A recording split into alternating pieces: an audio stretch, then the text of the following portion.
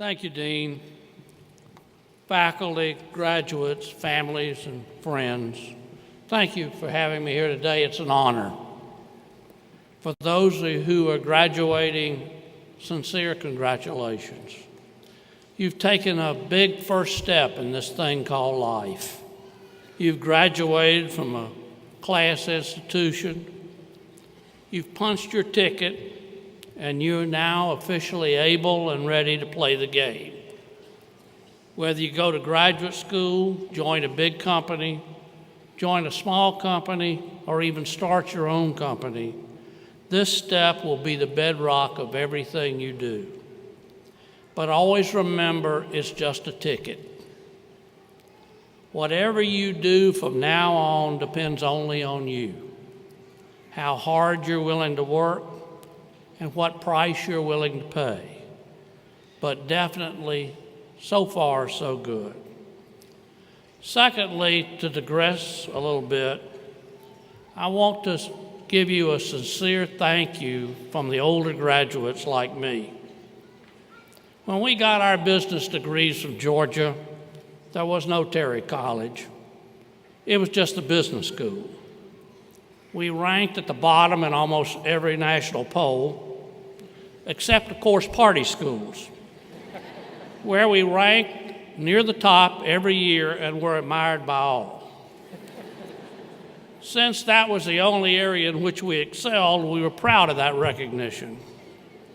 And the fact that you have regained national status in the party school rankings at some personal cost to all of you and your families deserves a special thank you. I hope those of you who follow you will be offended that we are still behind Florida and Virginia and work hard to correct that wrong. Even more than that, thank you for what you have done to raise the academic rankings of Terry.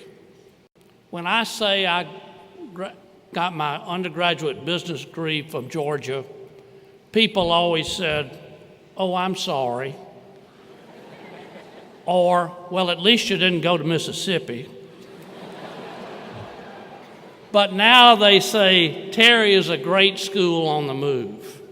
Many times they add that they have recent graduates in their firm and tell me how well they have performed and fit in. So thank you.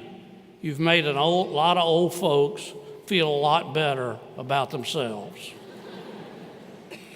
But all of that's history and fun to talk about, but not of much value as a guide to the future. Clearly, you enter into a world of business in the midst of a true technological revolution. I joined Georgia Pacific in 1987 as a senior vice president, 5 years before many of you were born. I did not have a car phone. I never heard of a cell phone. I had no PC. All I had was a desktop computer that was constrained to the company network for email use. And while I was not a techno geek, I was not a Stone Age laggard either. Then look at what's happened. From the cell phone, then the PC, then the internet, then in rapid fire succession, smartphone version after smartphone version, and then the cloud.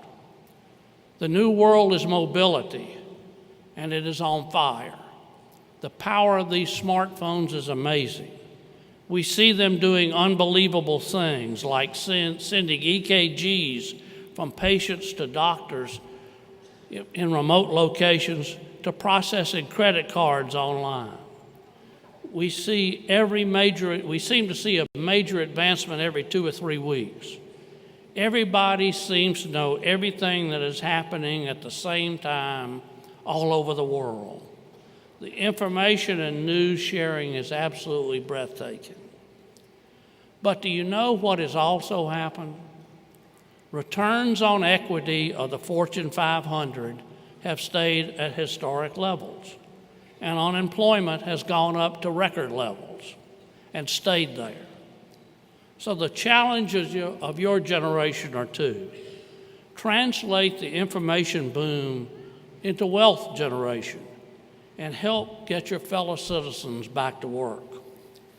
Both of those are tough issues, and let me be clear, I do not have the slightest idea how I'd solve either one. The technological tide of productivity and profitability is perhaps the hardest to understand.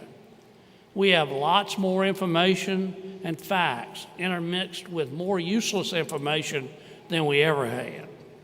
However, in terms of real value creation, we are struggling how to separate the wheat from the chaff. I see companies disabling the internet during work hours to control idle surfing and trying to restrict personal texting and tweeting, while I see others driving major education efforts to better use the strengths of the technology through local internet chat rooms and social media. As the great Yogi Berra once said, you can observe a lot just by watching. And I observe that U.S. business are not creating real value with these new tools, but only for the people that are selling it and not for the people that are buying it. As my mother told me years ago when I started into business, we cannot make a living doing each other's laundry.